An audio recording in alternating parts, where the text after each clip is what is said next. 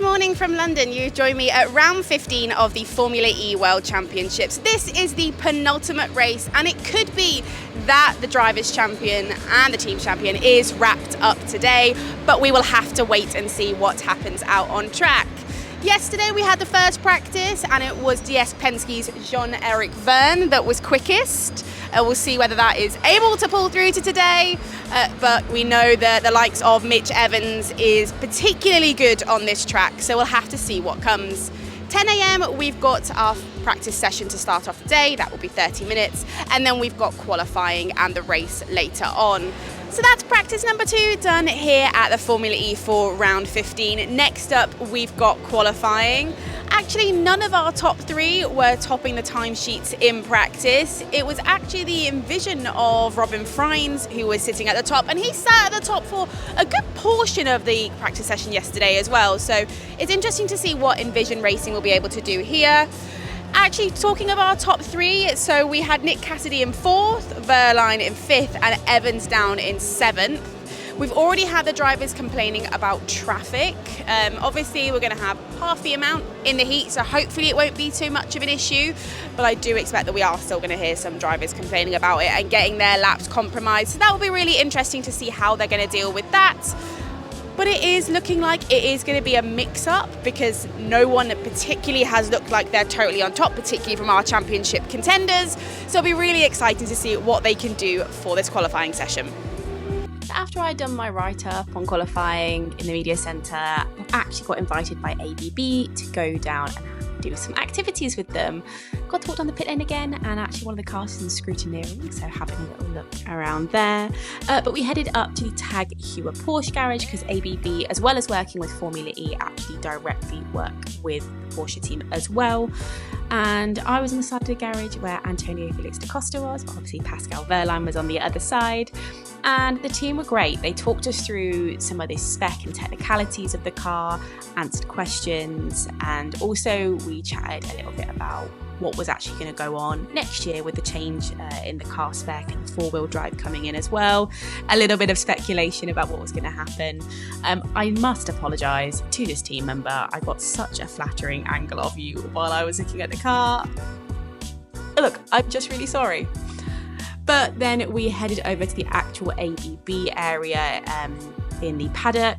Of course, they are the official charging partner of Formula E, and we got to have a little look around their area, but most importantly, we learned all about the chargers, and this is one of them.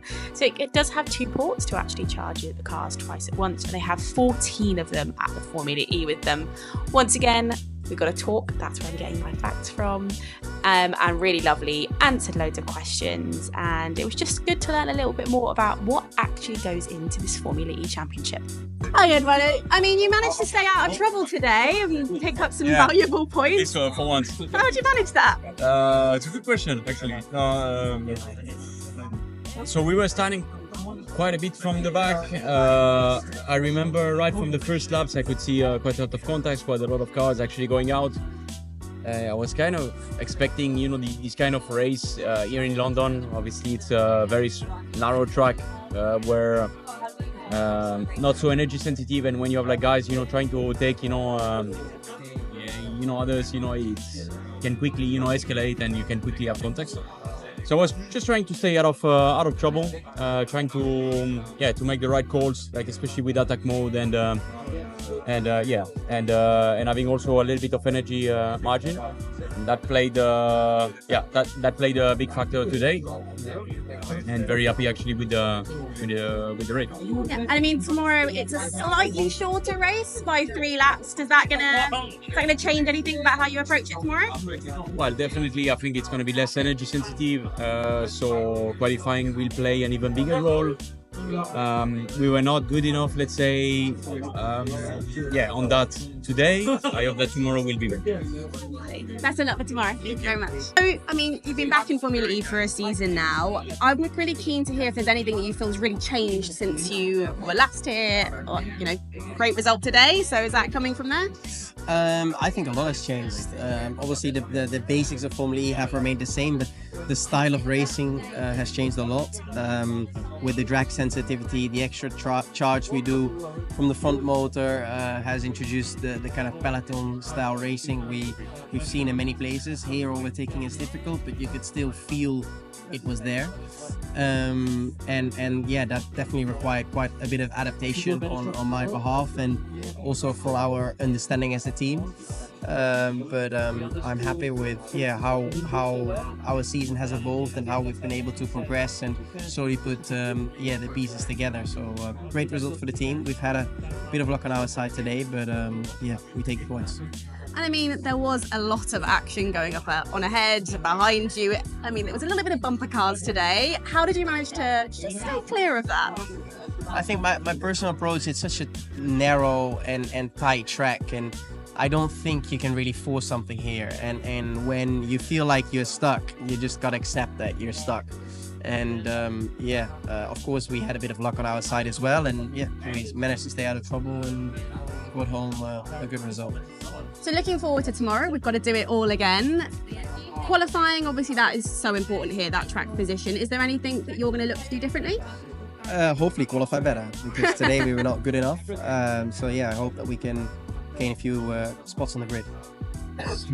Well, best of luck, and I hope to see it. Thank you. Thanks. Hi, Sam. So not exactly the home race that we would have wanted, but how does it feel to come and have your home race here in London? I get to do two. Yeah, I mean, actually, I was quite happy with the race, considering the first lap I had where I got caught up in somebody else's accident. I had to park the car, reverse, get out of their way, carry on.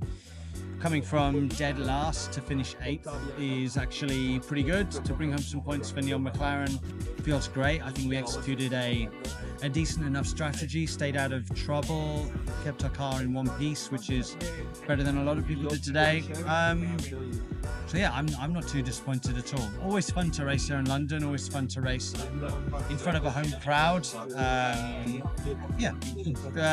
Decent day. What goes through your head when you do just completely no fault of your own get collected by another driver? I didn't get collected, just Robin came across the track after his accident and I was there and I had no choice but to follow him towards the wall, and then I had to stop and then reverse. Most importantly, I think everybody in the paddock wishes Robin well. I've heard that he's in hospital right now with hand or arm. I'm not sure what the issue is, but we know these cars are not the best when it comes to track record with them. I've got the scars to prove it, as does Robin, and I'm just praying that he's okay.